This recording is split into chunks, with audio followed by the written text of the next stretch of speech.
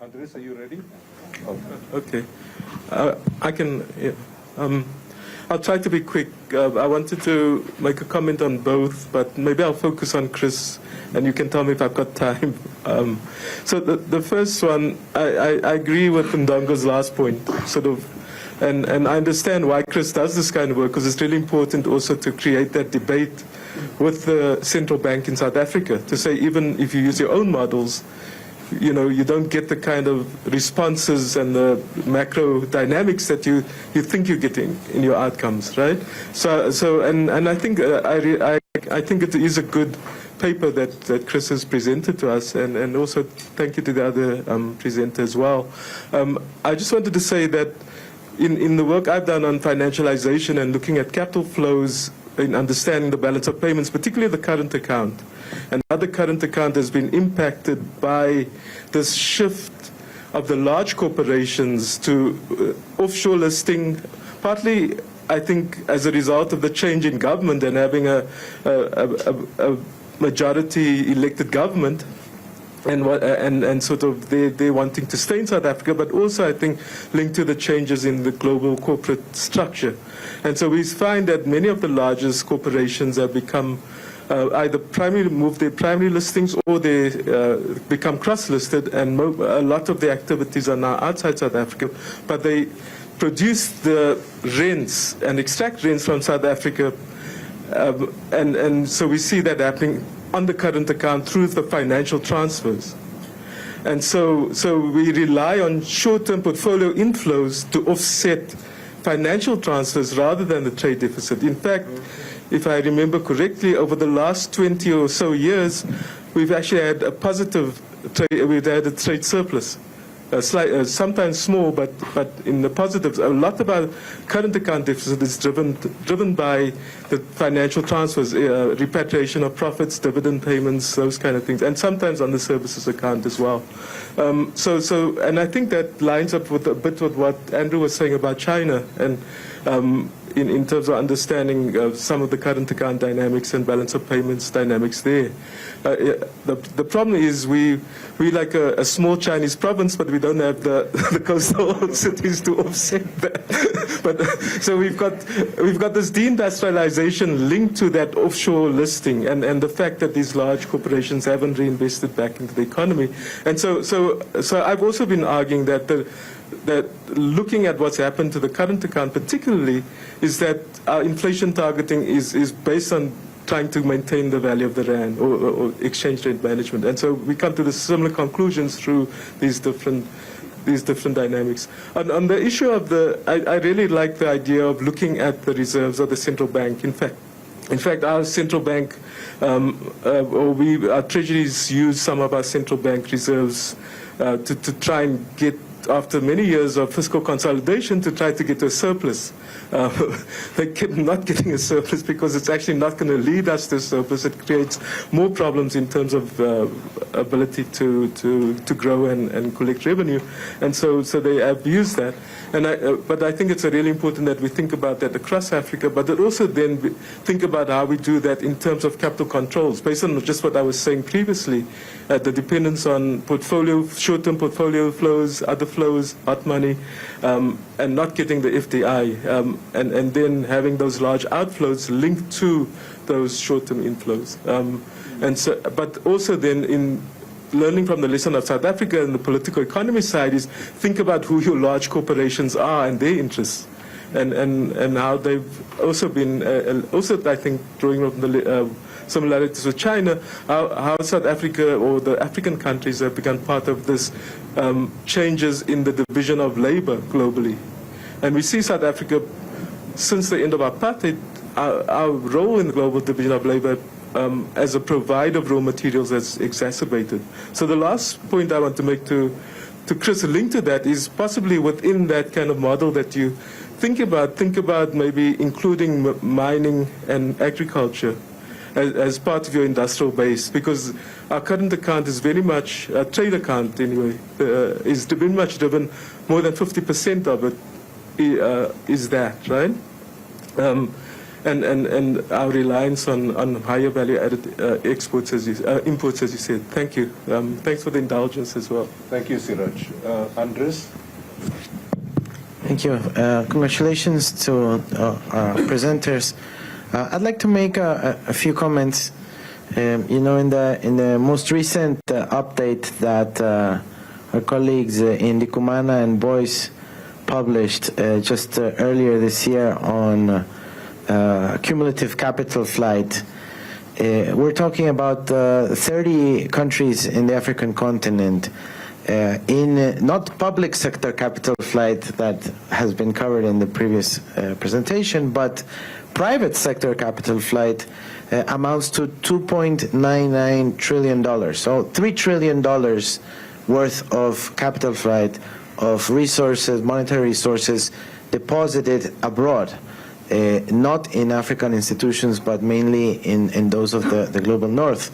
And this is usually not detected by BIS reports because they are deposited in special purpose vehicles or in the name of offshore accounts that are entities domiciled in other jurisdictions and are therefore not visible in the official accounting. But by doing sort of methodological analysis like in Ndikumana and Boyce do, you can arrive to that amount, which is absolutely brutal in size and gives us an idea of everything that has to be done in terms of not just managing the public sector official reserves, but of, again, the question of how to implement adequate capital controls, currency controls, and so forth, so that you can have, you know, the net exports revenue and earnings, make sure that it is deposited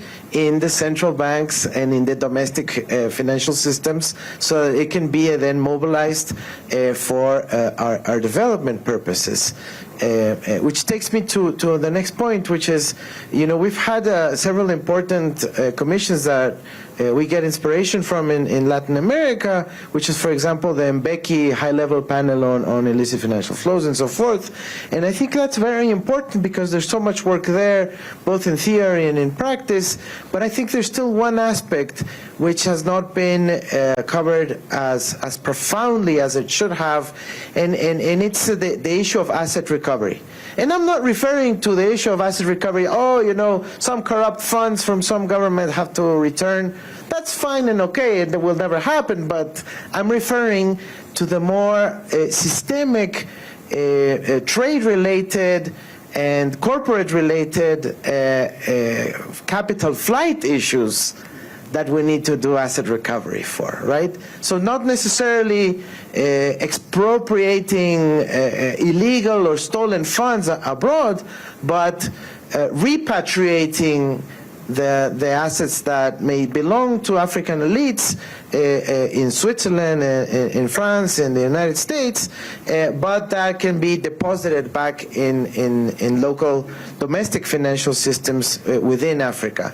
And here's a very important point. When you know, the Bretton Woods discussions were happening almost at the end of World War II, you know, there was a serious concern about capital flight from Europe to the United States, and there is an article in the Articles of Agreement of the IMF that when funds have left countries and been deposited in, for example, the United States, in violation of the currency controls, those deposits are supposed to be unenforceable.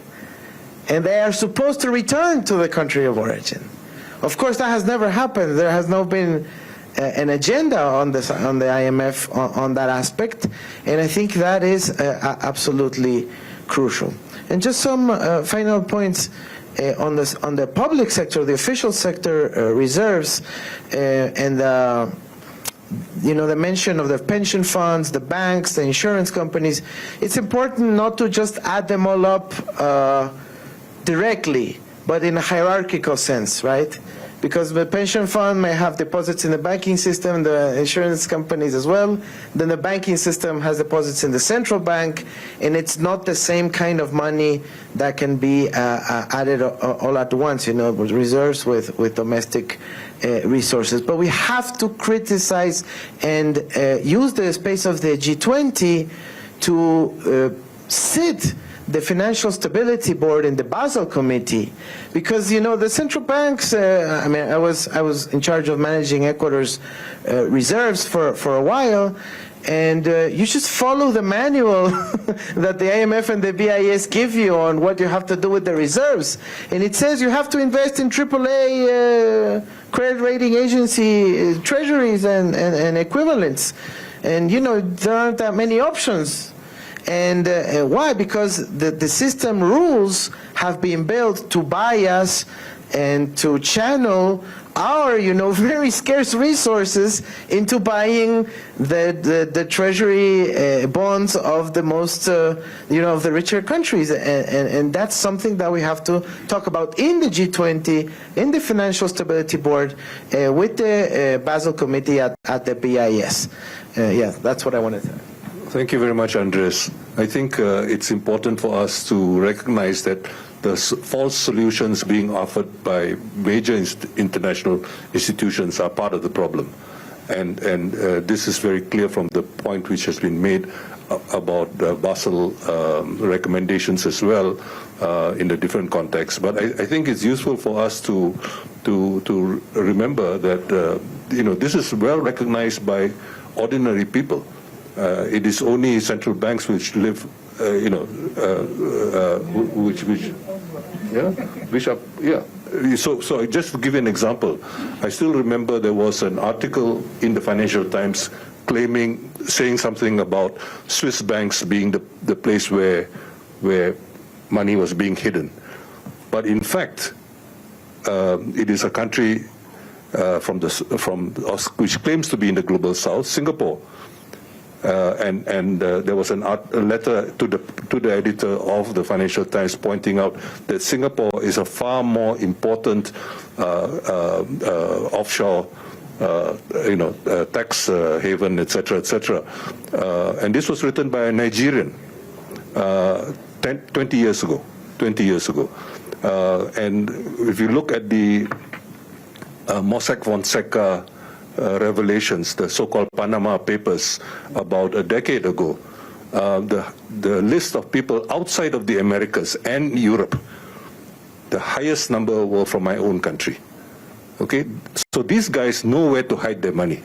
Okay, it is only the central bank which lives in this make-believe world where they imagine otherwise. So I think it's very important for us to keep up with this. Hamida, please. Thanks very much, Thomas. So I must say I appreciate. So thank you to the two presenters, but I'm known to be facetious, so forgive me. So I'd like to thank the two inputs, or the three inputs, including Siraj, because the topic for this meeting is towards a needed paradigm shift in economic policy. And if you're talking about deindustrialization, and we're looking towards really engaging critically with where we need to be going, I didn't hear jobs. I didn't hear manufacturing. I didn't hear unemployment. So when we're talking about deindustrialization, and I think your point, Domo, in terms of how the central banks live in a delusional world, I was struggling with your presentation, Chris, precisely because it came from that particular framework. I'm a social scientist, I'm not an economist, so I see and experience the consequences of paradigms that don't speak to what people need and don't speak to the impacts of what we experience and what workers experience in relation to deindustrialization. So then specifically coming to your presentation, Chris, I was wondering, and I think Siraj picked up the point in relation to mining and agriculture. So if we know that the current form of deindustrialization that South Africa, for example, is undergoing, what are the kinds of ways that we can actually reindustrialize? And if the bank and South Africa as a government, as a country, and those in power know that deindustrialization is not working, why do we not have an industrial strategy? we talk about the just transition, we talk about value add, there's critical minerals. So where's our industrial strategy? And I think in the model that you're presenting outside of the Reserve Bank, I'd really like to see how, I'd like to hear your response in relation to that. I want to thank, Dongo, your point around illicit financial flows as well as the other comrade. So to the speaker, to the second speaker, when you were you're talking about wanting to avoid resource mobilization, I mean, the most important issue and or the elephant in the room is about illicit financial flows, and I think the comrade from Ecuador expanded on that point. I just want to reiterate it. But I also want to make, I mean, if you could be so kind, I don't think people heard you in relation to the issue around gold. Because if you heard him, he said, please, can you just repeat it so that I don't misparaphrase? And I'd like you to really hear the rand value or the dollar value, right? Because the sentiment, the finding at the end of the day says that the saving, in fact, first said Yes. in relation to gold. Yeah, quickly. Yeah, there had been a report by Swiss Aid, and this report said that between 321 and 471 tons of gold have been exported every year from African producer countries without being declared to official authorities. For the period between 2012 and 2022, using current prices, the cumulated losses are estimated at something like 420 billion. Or 352 billion on average. This later figure is similar to the accumulated external public debt serviced by sub-Saharan African country of the same period. So can you imagine? Just gold. And our debt for sub-Saharan Africa goes. How many minerals do the companies not steal from our countries? Let alone and then the minerals that they declare versus the minerals that they don't declare. So if we had to do that exercise, we don't have debt. In fact, we must demand reparations. So I'd like to hear you talk about the fact that we don't need to be servicing debt. In the context of climate change and the so-called critical minerals, which I don't agree with, if you take lithium as one mineral, when companies are exporting lithium, there's 23 other minerals besides lithium that's being exported and processed elsewhere, but we don't get the money. And this happens for every single mineral. So there's tons of money and resources in Africa. We should be the richest continent in the world. So there's no shortage of mobilization. So, you spoke to the structural issues in relation to, employment. You can have employment. You didn't speak to issues of employment, but employment, industrialization, jobs, and the need for more jobs. I mean, you cannot have a restructuring of an economy if you have unemployment that's close to 60%. So I think there's fundamental issues and a fundamental paradigm shift that is required when we talk about industrialization and the current context of climate change and the so-called critical minerals and the need for us to value add but also stop the debt and stop servicing the debt but demand a complete paradigm shift is where we will find ourselves where we need to be. And I'd like to implore us before you go from this meeting today or tomorrow to really fundamentally, as those of us who want to see a paradigm shift, move away slightly from just the economics, because it's the social, it's the political, it's what's happening on the ground to ordinary people. And as you said, Jomo, we know what's going on.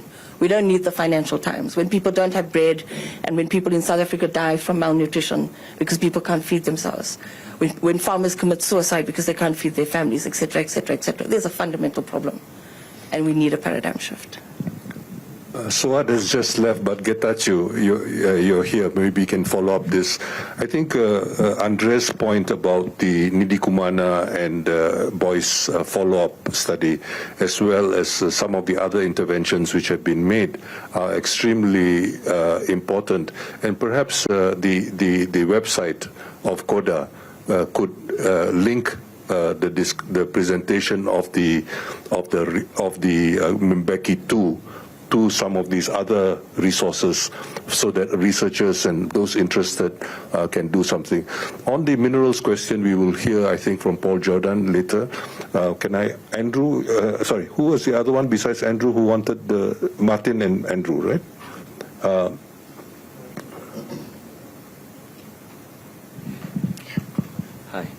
Hi, thank you for the presentations and actually also for the comments, and I will briefly add that actually what we were saying yesterday about monetary integration and monetary cooperation between countries is very important and mount on all the debate which we are doing this morning about reserves, because basically through monetary integration between even a couple of countries we could avoid paying between each other in these reserve currencies, and we could even though by a small slide, but we could avoid depending on the use of certain currencies which are not ours, you know. So this, I think that the point made this morning, and this Horman called it import cover in reserves, or the African import bill. I think that this is a very important heavy weight which is weighing on African countries or on the global south in general, and on non-key currency countries. So yeah, I think that we should really try to focus also on monetary integration and the debates, at least on monetary integration, because they're fundamental. And they're not to the detriment of key currency countries, not at all.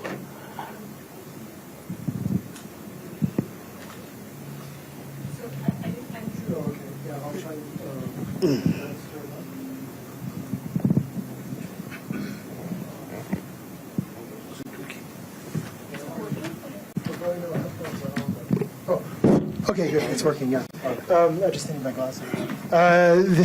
I'll try and be brief, unlike last time. Just a question to great presentations, great discussion. I love all of it. To Horman, with the two, because half of the resources you were identifying, financial resources, were basically the banking assets. But banking assets, of course, is probably largely loans, right? So there are already loans that are committed in that sense. And I'm just wondering if that's what you're calculating as assets in the commercial banks. And also it raises the issue of the foreign ownership of the banking sector in Africa. I know Howard Stein did some research on that some years ago about the extent of foreign ownership in the banking sector, and then hence how much, in that sense, control do you have over that 2.5 trillion portfolio? But presumably it's already invested, right? It's already lent in that sense. But also, just to add to the discussion about illicit financial flows, in my interviews with, as I was doing some of this work on trying to detect outflows in the balance of payments, and then my interviews with the central bank, a key issue that they raised was the fact that, say, in the Central Bank of Zambia, where foreign exchange transactions are dominated by the mining companies, the big, not by, say, banks, and the banking sector is actually quite well regulated, apparently, whereas the problem is that the mining companies are non-financial firms, and hence they're not required to report to the central bank, even though they're dominating all of the foreign exchange transactions. And so some thoughts on that. And as a last question, yesterday there seemed to be a very strong consensus about the need for capital controls. And I know, Chris, you were mentioning capital controls, but so what is the prospect of capital controls in this sense? Like, for instance, if you impose capital controls and you force people to reinvest domestically, and can that be a way to actually also break the link with sort of this constant need to invest abroad to get AAA investments and things like that? Okay.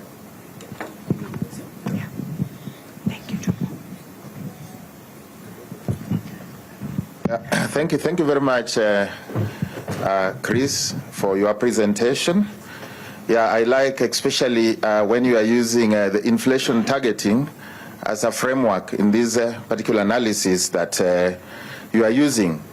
Now, what we know about inflation targeting is that the goal is to keep inflation as low as possible, but sometimes it is not easy to achieve that, and therefore sometimes moderate inflation would do.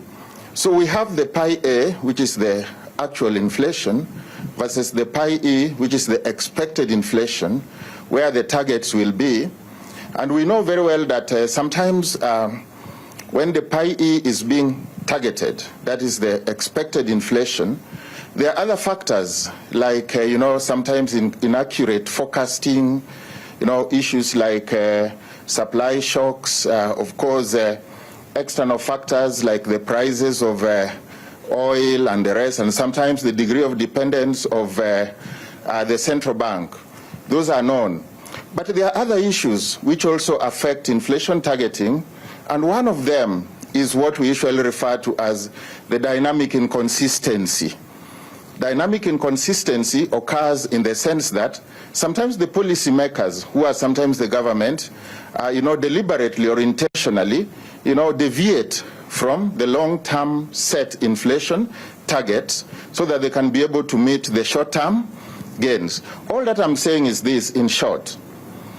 When, for example, the rates of inflation are very high currently, that is the pi A, what the government will do in pi E, which is the expected inflation, they will say that expect inflation to be low in future to meet their short-term gains so that the public can be able to form their expectation and say, indeed, inflation is high now, but in future we expect inflation to be low. That is what the government is announcing is actually different from what is actually on target. So what I wanted to say shortly, because there's more that we can talk about this, is that in trying to use the IT framework that you have used, have you taken care of this issue of dynamic inconsistency, which sometimes affects the inflation targeting? Otherwise, quite a very good presentation with very practical implications, and even the framework used is okay. Thank you very much.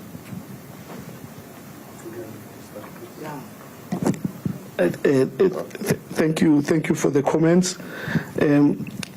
I expected comments on how exactly does deindustrialization affect macroeconomic relationships. I did not get that, which means I'm on the right track.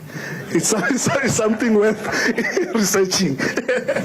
Okay, and then I completely agree that there needs to be an overhaul, a complete paradigm shift. I agree.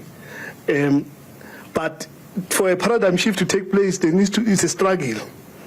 There needs to be contestation. There needs to be fights with the mainstream. And one way to do it is to use our models, heterodox models, to confront the mainstream. Then it becomes a debate that your model is good, your model is bad, of how the economy works. My approach here is to say, let's agree that there's a change in the structure of the economy. There's deindustrialization, there's financialization, right? Your own model as a central bank, right? What implications do these changes in the structure have for your model that you are using to manage this economy? And my argument is that it basically undermines some of the objectives or the tools that you are using to try to manage this economy that is structurally changing in ways that your model cannot respond. So Siraj is correct. That has been my approach most of the time when I engage in these issues. And the issue of mining and agriculture, thanks for that comment as well. I will incorporate that. And the issue of minerals, I know we'll deal with that just briefly. It ties into what Andrew was saying. We cannot resolve the issue of benefiting from the minerals maximally unless we address the ownership question. Who owns the mining activities, and ultimately who owns the minerals, the marketing of these minerals? It's very, very crucial. In South Africa, I remember we used to say that we are producing more than 80% of the world's platinum and so forth. But at the end of the day, these few companies that are controlling these minerals, who owns them? And when you dig, you will see that the politicians are involved. And so the politicians are conflicted when it comes to developmental policies around the minerals, but I hope Paul will deal with that. So yeah, in terms of industrialization, I fully agree. It's a whole discussion of how we can reindustrialize. But one thing for sure, the central bank cannot be merely seeking to contribute towards development by controlling the interest rate and thinking that credit will be guided to targeted sectors. No, there needs to be a broad range of instruments that are used to direct credit for industrial purposes. So that's what I can say. That's just one aspect of how industrialization can be financed. Yeah, thanks. Thank you. Before I comment, most of them were comments, actually not much other questions, but I wanted to say that in planning this conference, our idea was that these discussions here will then be highlighted and then feed into the different seats at the final G20. That was our understanding. And so I hope that, that at the round table in the evening, we should actually distill some of these points that we will then feed. We have three actually channels through which we can feed into the main G20, because most of us in this room won't be there, and we won't be able to speak at that particular forum. And so our understanding in planning this conference was that we have three channels through which we can feed into the main G20, particularly South African presidency is one. And the gentleman who was presenting here at the opening has agreed actually that whatever points we raise from here, he will take them and forward them to the discussions within the presidency. And the second channel we have is actually our colleagues from the G20 who are here. We raise issues and we feed them the global dialogue because they're part of that and they'll have a seat in the final G20. So then the third can actually use to articulate some of these discussions and ideas is the African Union. As you all remember, that the African Union has a seat this year at the G20, and they will be able to articulate. So I'm hoping that Reg and Indongo, we will have a summation of some of these key points, and then articulate them in some kind of demands that can be then presented to the main conference. So we did the same at the Pre-G20 meeting conference in Cape Town at UCT in June, and that conference was predominantly for civil society groups and church religious leaders. And at the end of that conference, we came up with a list of things that we wanted highlighted in the G20, which we called the Cape Town Declaration. And those have actually been channeled through to the presidency. So I'm hoping that we will have that kind of option in this session. So illicit financial flows, yes. It's a big problem on the continent, as we know, and we've been involved in some of the work being done, but I didn't, of course, if we listed that, it would actually have pushed up some of the resources that we can actually think that they are part of the continent. And of course, the problem with illicit financial flows is that we don't have actually very clear estimates. Most of them are very rough and vary, but nonetheless, we can all agree that there are huge amounts of resources that actually flow out of the continent. And that happens particularly because of the production structure of our economies.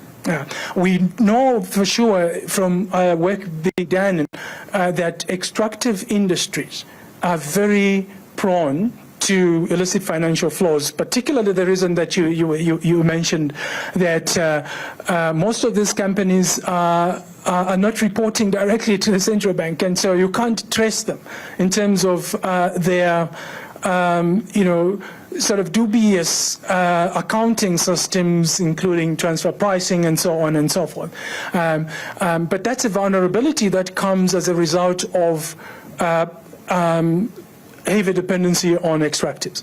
And the sad story, of course, is that our dependency has actually intensified. With the commodity super cycle, we saw that dependency actually intensifying, and actually we have a lot of countries now that are relying on these extractives and exported by corporations. The other mechanism through which this happens is a feedback mechanism, that the continent sees itself as a capital scarce continent. And as a result, that puts a lot of pressure on policymakers to go and campaign to raise funds for development, because there's this belief that there's nothing in the continent, so we should go out there. And when we go out to raise funds, what happens is that, I've used the expression that we roll out a red carpet for investors. And what that means is that we give them very generous incentives at the beginning. And one of the common incentives is 100% capital expatriation. If you make your profit, you take it out. There's literally no control over that. And what some of these corporations have been doing, because that incentive is actually mostly given for 5 years. So in 5 years, you make your money, and then they start now closing down some of the countries, but in some cases not close.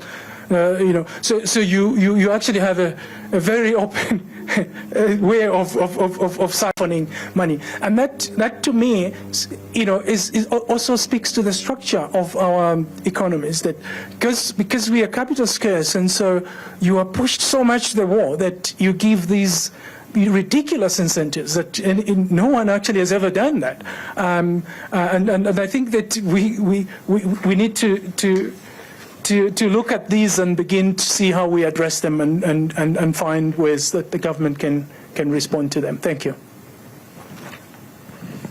Thank you, Homan, for reminding us of our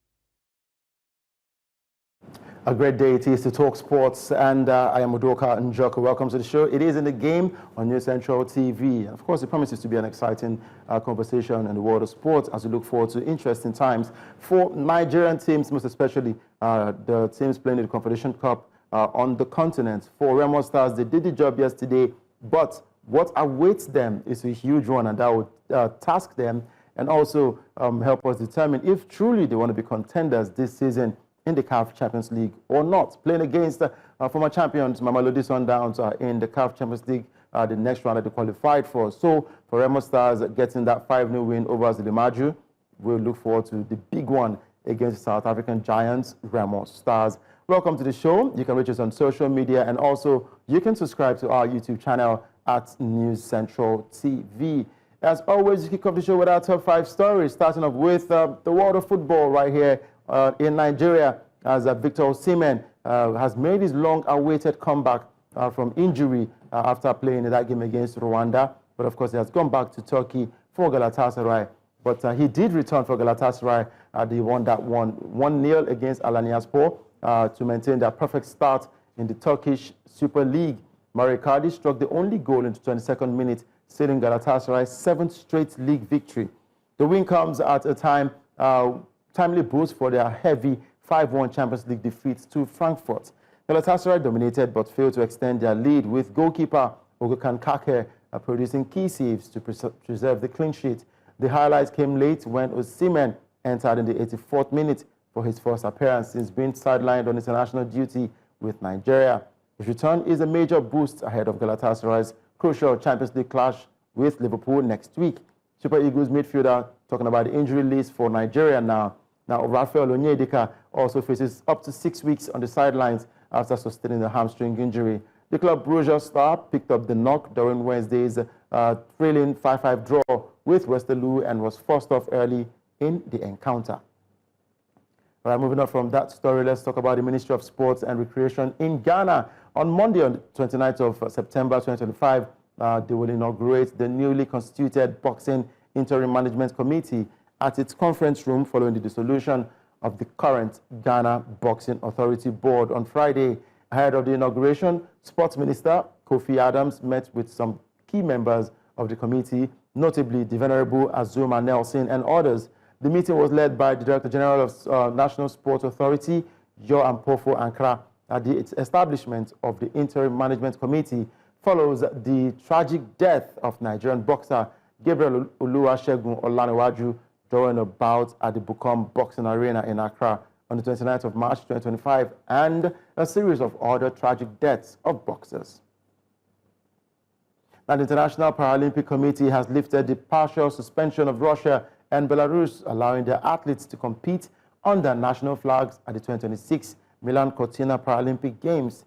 The decision, announced at the IPC General Assembly in Seoul, reverses restrictions imposed on since Russia's 2022 invasion of Ukraine.